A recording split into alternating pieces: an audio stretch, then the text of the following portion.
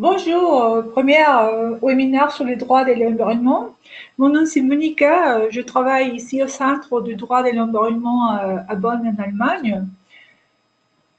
Aujourd'hui, on a le Bénin, Burkina Faso et Madagascar comme pays qui participent.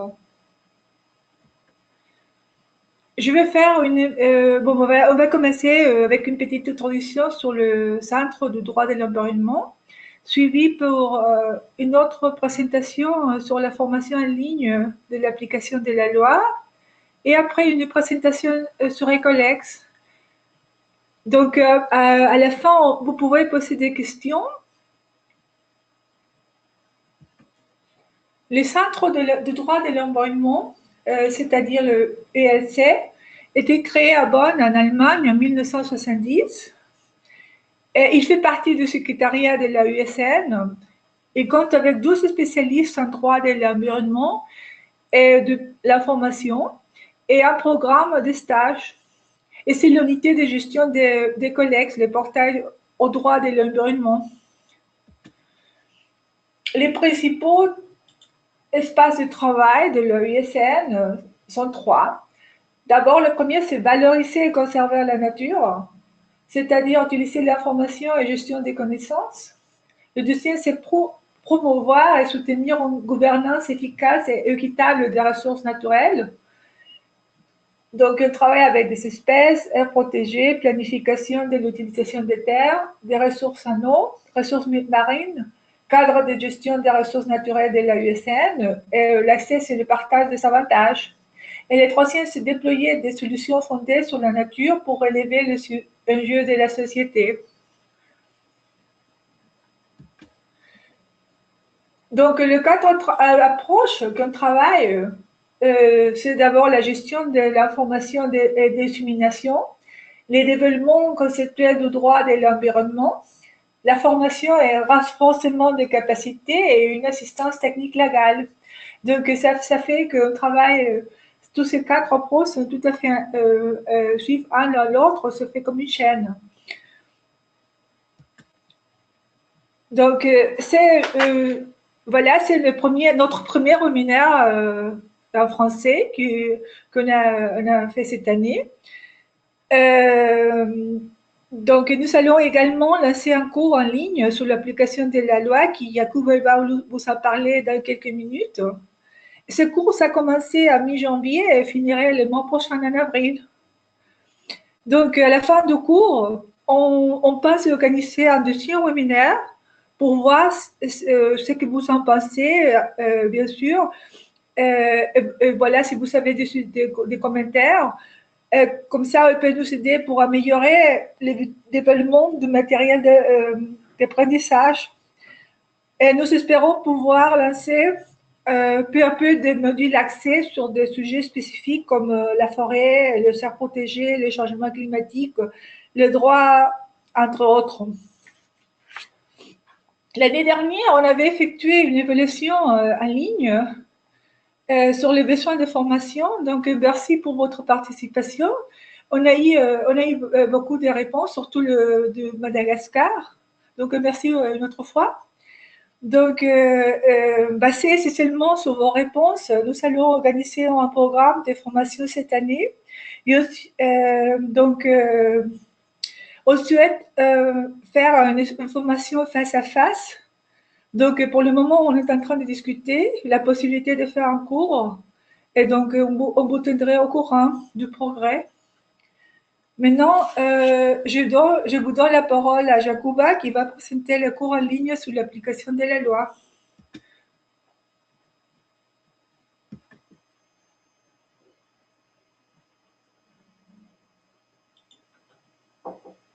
Oui, merci. Je disais bonjour à mes collègues du Centre de droit de l'environnement de l'UNICEN basé à Bonn. Aussi bonjour aux chers participants à cette webinaire du Burkina Faso, du Bénin et de Madagascar. Effectivement, comme cela vient d'être signalé tout à l'heure, moi j'ai en charge donc de vous présenter cette section intitulée Formation en ligne sur l'application de la loi sur les aires protégées. En fait, comment cette communication va être appliquée. J'ai voulu la faire en 3 points. Premièrement, c'est pouvoir échanger avec vous des fonctions et rôles du droit de l'environnement. Deuxièmement, c'est vous donner un aperçu sur la formation à ligne, c'est-à-dire l'application de la loi. Et ensuite, il y a un troisième et dernier point, vous échangez avec vous sur les rôles du droit et dans la intervention. Alors, sur le premier point, relatif aux fonctions du droit de l'environnement, peut-être que parmi les participants, il y a des juristes et des non-juristes. Peut-être pour les juristes, cela ne semble pas être particulier, mais pour les non-juristes, c'est peut-être quelque chose de nouveau. En fait, en tant que juge de l'environnement, la grande famille des juges de l'environnement s'accorde pour reconnaître au droit de l'environnement 3 grandes fonctions. Et une première fonction, dite de fonction préventive, qui assure donc, qui joue un peu sa partition à travers justement la définition des règles déjà préétablies, dont l'application, dont la mise en œuvre, dont le respect est de nature à encourir à une meilleure protection de l'environnement. Donnez un exemple. Vous avez dans la plupart donc, des procédures, des codes d'environnement, des codes forestiers, justement donc des règles visant la protection de l'environnement sont édictées. Et s'il arrive que ces règles, ces normes sont respectées, sont appliquées, sont mises en œuvre, on arrive à une meilleure application de l'environnement parce qu'à travers donc l'application, à travers la mise en œuvre de ces normes, on arrive à éviter la production donc, du dommage écologique. On arrive à éviter à ce que des préjudices énormes soient commis à l'environnement. Et on reconnaît justement à cette fonction préventive un rôle capital. Pourquoi un rôle capital? Parce que vous en conviendrez avec moi qu'en matière d'environnement, il y a certains dommages qui sont irréversibles. Ça veut dire qu'à partir du moment où ces dommages sont produits, quels que soient donc vos moyens, quelle que soit votre volonté, quelle que soit votre disponibilité, vous ne pouvez plus les réparer. Je donne un exemple. Et si on arrive par des mesures, des mégardes, on arrive à une situation où une espèce disparaît donc de la nature, de l'espèce terre, quel que soit ce que nous entreprenons par la suite, nous ne pouvons plus ramener donc cette espèce. Ça veut dire quoi? Ça veut dire que pour ces dommages-là, mieux vaut prendre donc des actions, des actions préventives, des actions anticipatives pour éviter à ce que le dommage soit commis. Parce que justement, donc, on ne peut pas réparer. C'est pour cela qu'on dit qu'en matière d'environnement, mieux vaut mettre l'accent donc sur cette fonction préventive parce qu'elle nous permet d'éviter donc des dommages irréversibles. Après justement donc cette fonction préventive, il y a donc la fonction dite de réparation. À ce moment, le dommage écologique est déjà commis. Effectivement, interviennent maintenant des actions qui visent à réparer justement donc ces dommages écologiques. Effectivement, cette procédure donc de réparation implique largement donc l'auteur donc du crime à qui on demandera donc d'intervenir soit de manière pécuniaire ou bien par des moyens physiques pour essayer justement donc soit donc de remettre le temps en lieu ou bien de contribuer donc de façon directe ou indirecte à la réparation donc du dommage commis. Ensuite, la troisième et la dernière fonction, cette fois-ci une fonction donc répressive, vise à punir en fait, si vous voulez, l'auteur du crime. Ça veut dire que quelqu'un a violé donc une règle donc en matière d'environnement. Alors, en ce moment, intervient donc d'autres types d'acteurs, dont justement donc les juges, pour essayer, pour sanctionner, pour punir celui qui a commis justement donc le dommage. Donc voilà, en gros, ces 3 fonctions attribuées donc au droit de l'environnement. Peut-être que vous les connaissez dessus. Ensuite, après donc ces fonctions, nous allons voir concrètement quels sont les rôles dévolus au droit de l'environnement. Tout comme au niveau donc des fonctions, 3 rôles essentiels sont dévolus au droit de l'environnement. Vous savez, on vient de le dire à travers donc les fonctions, le droit de l'environnement a pour rôle d'interdire. Vous savez que dans la vie pratique, dans la vie courante, il y a des comportements, il y a donc des actions qui contribuent à porter préjudice à l'environnement. Et le rôle essentiel du droit de l'environnement, c'est de les interdire, c'est de les proscrire. Vous savez que dans beaucoup donc, de lois en matière d'environnement dans vos différents pays, il y a par exemple des règles qui disent qu'il est interdit de jeter les ordures ménagères dans la nature. Il est interdit, par exemple, de réaliser donc, des projets donc, à impact environnemental sans réaliser donc, des études d'impact environnemental. Voilà donc des exemples, donc, des règles à travers donc, lesquelles le droit de l'environnement proscrit, interdit des actions, des comportements qui sont censés donc, nuire donc, à l'environnement, qui sont censés porter préjudice à l'environnement. Le deuxième rôle, c'est que, effectivement, tout comme dans la vie courante, il y a des actions qui contribuent à porter préjudice à l'environnement, il y a aussi des actions dont justement leur commission contribue à mieux préserver l'environnement, à mieux protéger l'environnement. Ces genres d'actions, ces genres d'activités, le droit de l'environnement a pour rôle de les promouvoir. Promouvoir donc ce type d'action-là.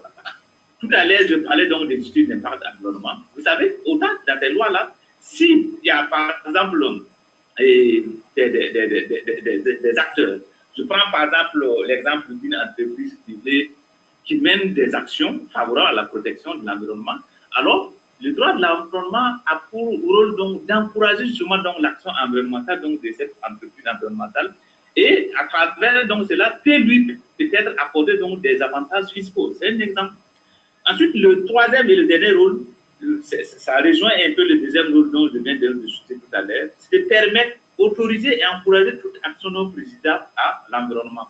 Donc voilà grosso modo défini ce que nous avons appelé les fonctions et les rôles du droit de l'environnement. Maintenant, je vais essayer de donner un aperçu sur la formation en ligne, la formation dont Monica vient d'évoquer tout à l'heure, sur l'application de la loi sur les aires protégées. En fait, vous et moi, nous sommes tous convaincus que actuellement, de nos jours, le droit de l'environnement, de façon globale, a des caractéristiques essentielles. La première caractéristique du droit de l'environnement, c'est son caractère foisonnant. Foisonnant pourquoi? Parce que nous constatons de nos jours qu'il y a un nombre important, un nombre élevé de règles juridiques qui protègent l'environnement. Et cette protection juridique de l'environnement couvre la quasi-totalité des secteurs environnementaux. Aujourd'hui, vous ne trouverez pas, ou bien vous trouverez très rarement, un secteur de l'environnement qui n'est pas régi par des règles juridiques. La plupart, la quasi-totalité des secteurs de l'environnement sont aujourd'hui couverts par des règles juridiques. Et cela se vit soit au niveau des États, ce que nous appelons les droits nationaux. Cela est également perceptible au niveau, au niveau international, à travers le droit international de l'environnement, dont l'exemple le plus pratique restent les conventions et les protocoles que vos États s'y ratifient pratiquement à tout moment. Que cela aussi est perceptible à travers le droit communautaire. Vous savez, les États s'accordent pour former ce que nous appelons des organisations d'intégration économique. Le plus fréquent en Afrique, c'est la CEDEAO, c'est l'IMOA. En Afrique centrale, nous avons la CAC, etc.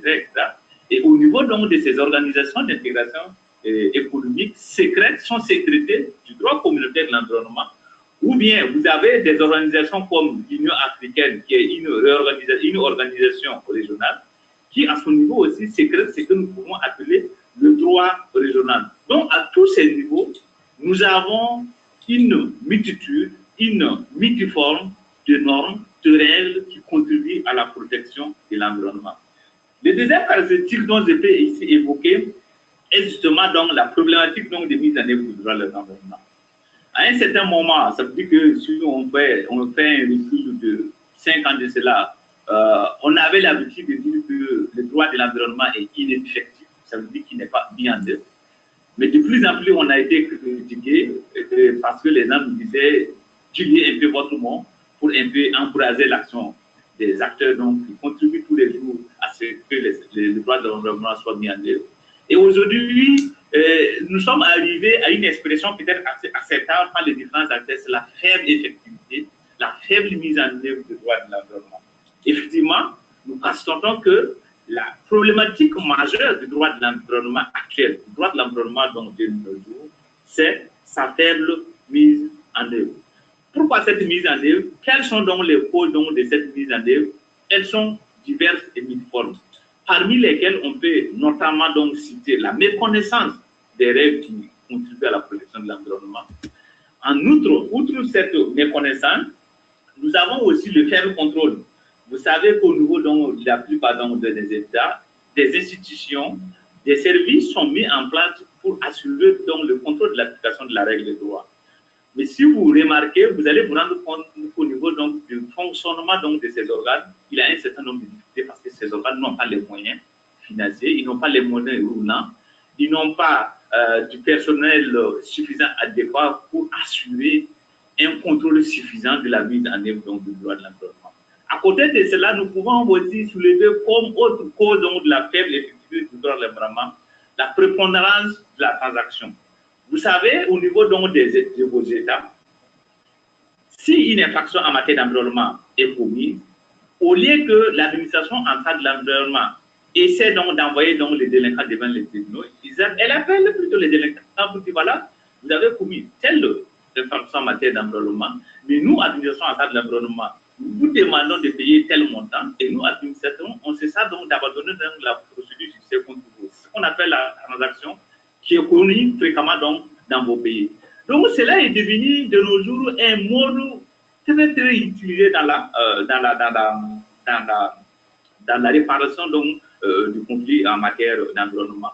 Et cela, justement, donc, joue sur l'implication du tribunal donc, par rapport au règlement donc, du conflit en matière d'environnement. Parce que, justement, donc, la plupart donc, des conflits en matière d'environnement sont résolus par la voie transactionnelle. Nous constatons donc de nos jours que peu de conflits sont envoyés donc, devant le tribunal. Donc, il y a une faible saisine du juge, il y a une faible saisine du tribunal pour justement donc, résoudre le contentieux en matière d'environnement. À côté de cela, on peut bien sûr noter donc, beaucoup donc, de causes, mais ce n'est peut-être pas ici le lieu de les citer, c'est juste donner donc, des exemples qui puissent justement donc, nous permettre de comprendre donc, la situation. Et je me dis que c'est aussi pour cela, c'est ce qui a aussi motivé, c'est ce qui a aussi encouragé les acteurs donc, du MOOC là, c'est-à-dire à mettre en ligne cette formation en ligne sur l'application de la loi sur les aires protégées, qui vise essentiellement à sensibiliser, à renforcer donc les capacités donc, des acteurs sur les règles juridiques qui protègent l'environnement et partant donc d'une meilleure gestion donc, des aires protégées. Et nous nous disons qu'à travers donc, cette appropriation justement donc, des normes, des mesures qui assurent la protection des aires protégées, on peut arriver à réduire justement la pression qui est exercée sur ces écosystèmes que nous appelons écosystèmes fragiles. Donc, après cela, nous allons... Alors, quel est le public cible de cette formation à ligne? Disons que pour pouvoir atteindre un large public, cette formation n'a pas voulu mettre des restrictions. Elle a voulu rester ouverte et s'adresser à un grand nombre de publics qui s'intéressent justement donc à la gestion donc, des aires protégées, à une meilleure protection de l'environnement d'une manière générale. Mais s'agissant d'un MOOC intitulé « Application de la loi sur les aires protégées », on se dit que de façon spécifique, cette formation s'intéresse en première ligne non seulement les gestionnaires donc, des aires protégées, les exploitants des aires protégées, mais également les populations riveraines qui côtoient tous les jours, dont les activités sont quotidiennement liées justement donc, au fonctionnement donc, de ces aires protégées. Alors, quel est le contenu donc, de cette formation? C'est une formation qui réunit 5 modules. Je pense que si le document qui a été envoyé, on parlait donc de 3, c'est une erreur. Peut-être rectifier pour maintenant mettre 5 modules. Et le premier module, c'est quoi? C'est le contexte des lois, avec ses 15 chapitres. Le second module, c'est l'éthique professionnelle, la régulation des comportements. Et le troisième, ce sont les délits dans le cadre professionnel, corruption donc et abus, avec donc ces cinq chapitres. Ensuite, intervient la gestion de l'application de la loi, la donnée d'ordre. Ensuite, le dernier, c'est les techniques d'application de la loi au niveau donc de la paix. Voilà un peu le contenu un peu détaillé donc de ce look-là. Maintenant, quel rôle joue le droit donc, dans la conservation? Vous savez, on vient de vous faire ici, au niveau donc, au début, nous avons échangé avec vous sur les fonctions, sur le rôle que joue le droit de l'environnement. Ici, nous allons de façon spécifique dire en quoi le rôle, de façon très précise, dire en quoi le rôle que joue le droit de l'environnement dans la conservation. Vous savez, comme je vous le disais dans la fonction préventive, le droit définit ici les règles de protection de la nature. Et partant de là, le droit définit les fondamentaux, les principes fondamentaux, les règles fondamentales de la conservation. Le droit définit également les outils nécessaires à la conservation. Il y a par exemple les restrictions, les formes procédurales, etc., que le droit définit à travers donc ces différentes formes. Nous disons également que le droit définit les mesures incitatives. Ici, je parlais à quelque part donc des avantages fiscaux. Ce sont donc des mesures incitatives qui peuvent définir le droit pour encourager justement donc un certain type d'acteurs à œuvrer donc dans le sens donc de la protection de l'environnement. Et enfin, le droit définit le cadre institutionnel. Vous savez, ici, quand on parle donc de services, quand on parle d'institutions, toutes ces institutions, tous ces services sont mis en place par le droit. Donc, le droit, en dernier rôle, définit en fait le cadre institutionnel qui veille tous les jours à la préservation à la conservation. Alors, le dernier point, nous allons ici vous donner donc les exemples des types de droits nécessaires à la conservation. Ces différents droits, nous les avons classés dans ces catégories. La première catégorie, c'est la gouvernance des écosystèmes. À travers justement donc la gouvernance des écosystèmes, nous avons un certain nombre de droits qui concourent justement à améliorer la participation donc la prise donc des décisions œuvrant donc à la bonne protection donc de ces écosystèmes. En particulier, nous pouvons voir donc le droit forestier, le droit maritime, le droit du littoral, etc., etc. Ensuite, ces exemples-là aussi sont un peu répartis dans ce que nous appelons les secteurs spécifiques du droit. En ce moment, vous avez au niveau des mines, où souvent donc, existe de nombreuses règles très abondantes pour protéger l'environnement, même si peut-être ces règles ne sont pas appliquées, ne sont pas respectées. Nous avons dans le domaine donc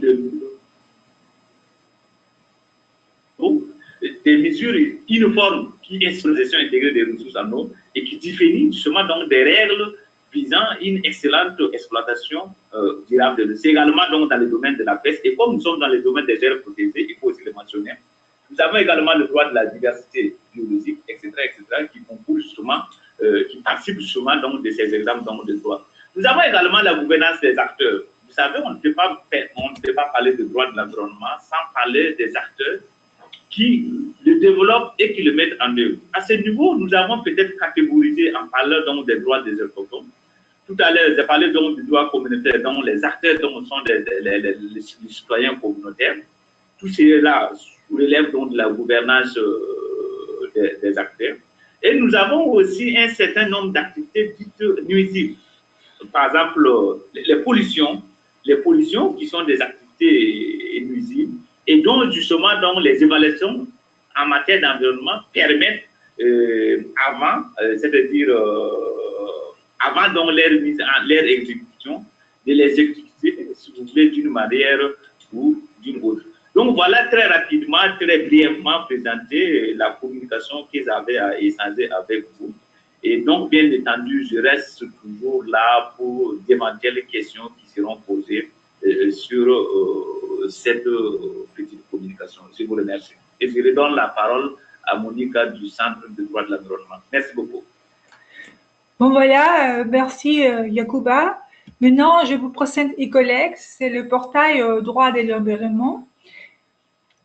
Ecolex couvre des traités, des décisions de traités, législation, jurisprudence et littérature. C'est un partenariat durable avec 3 organisations, c'est-à-dire ISN, UNEP, FAO. Il y a 3 sites, 5 ensembles de données.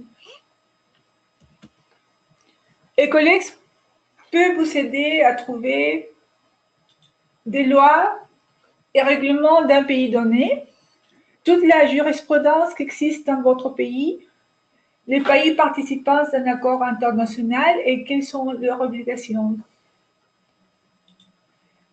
Donc maintenant, je vais faire un exemple.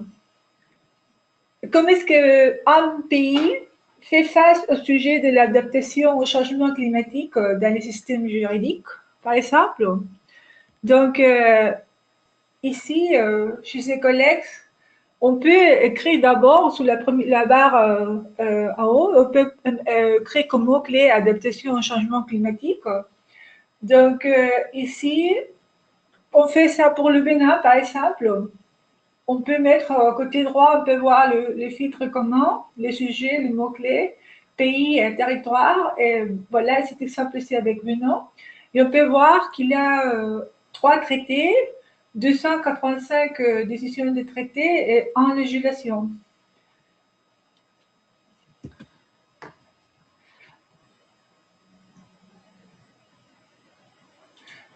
Un autre exemple, ça pourrait être quelles sont les décisions judiciaires concernant la faune. Donc, dans ces cas-là aussi, voilà, on met mots-clés gestion et conservation. Et par exemple, on fait le pays Madagascar. Et voilà, on trouve ici une décision concernant la loi 2005-18 sur le commerce international des espèces de la faune et de la flore. Une autre recherche, un autre exemple serait par exemple comment est-ce que le pays traite le sujet de l'exploitation minière dans le contexte du cerf protégé.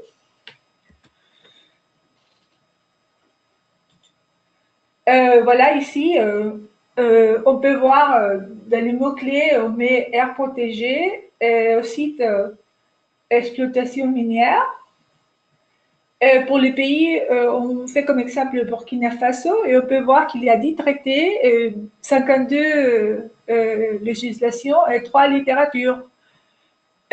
On peut voir ici, par exemple, le premier, c'est le décret du 20 mai 2016 portant l'organisation du ministère de l'Énergie, des mines et des carrières. Et aussi, on peut voir aussi la loi 36 de 2015 portant le code minier du Burkina Faso, entre autres.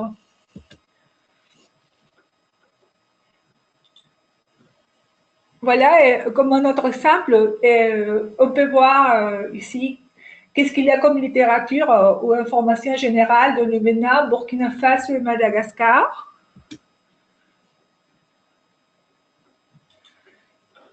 Donc voilà, on peut mettre comme mot-clé protégé ou exploitation minière, par exemple.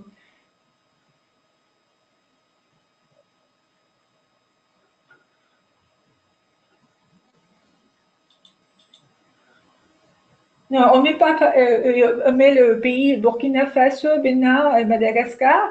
Et on peut voir qu'il existe chez ses collègues 145 traités, 11 238 décisions de traités, 1308 de législation, 9 jurisprudences et 92 littératures. Par exemple, on peut faire un exemple ici. On prend le premier exemple, c'est de préserver le patrimoine naturel unique grandement menacé de Madagascar. Et on voit ici qu'on peut voir le test intégral et aussi la résolution qui est sortie dans le congrès de l'ESN en 2012. Et aussi, on a le texte. Et comme dernière recherche, on peut voir quels sont les accords internationaux entre 2015 et 2016 dont le Bénin, Burkina Faso et Madagascar font partie. Donc ici, on peut voir, d'abord, il y a 145 traités dans tous les trois pays. D'abord, l'accord de Paris, que c'est le plus récent. Ici, on peut voir la fiche de données, ici, en français. Donc, voilà. Et c'est un extrait de l'accord de Paris, du texte. Et aussi, chez ses collègues, on peut voir aussi les pays qui participent. Donc, on peut voir les pays, territoires participants. Et si, par exemple, voilà, on peut voir le Bénin, Cambodge, Cameroun, Canada, tout à fait jusqu'à le dernier pays. Donc, j'espère que ça vous a plu, cette présentation. Si vous avez des questions, n'hésitez pas à nous envoyer un petit email. Donc, on vous remercie pour votre participation. On vous souhaite une bonne journée. Merci beaucoup.